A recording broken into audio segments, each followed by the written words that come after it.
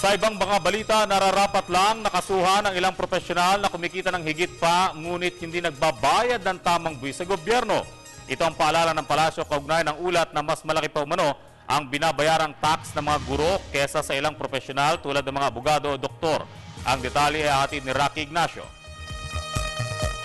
Tinutukoy na ng pamahalaan o umano'y mga professional na hindi nagbabayad ng tamang buwis. Sinabi ni Presidential Spokesperson Edwin Lacerda, kailangan mga ito para sampahan ng kaukulang kaso.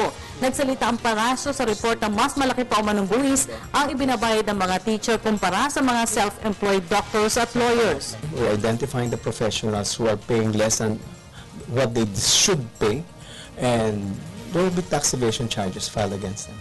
Ang pagbaka sa tax evasion ay isa sa mga nauna ng tinutukan ng Administrasyong Aquino. Nauna nang nanindigan ng gobyerno na walang sisinuhin sa pagbabayad ng tamang buwis. Lumabas kahapon ang DOF ng isang campaign, an infographics campaign, na nakikita nga na abogado, napakalit magbayad. In fact, tumawag ako kay Secretary Purisima dahil natawa ako na merong asterisk doon na baka kailangang enroll sa CCT program. And yan sabi ni Secretary Purisima, totoo naman yun, napakalit ng binabayad nilang buwis.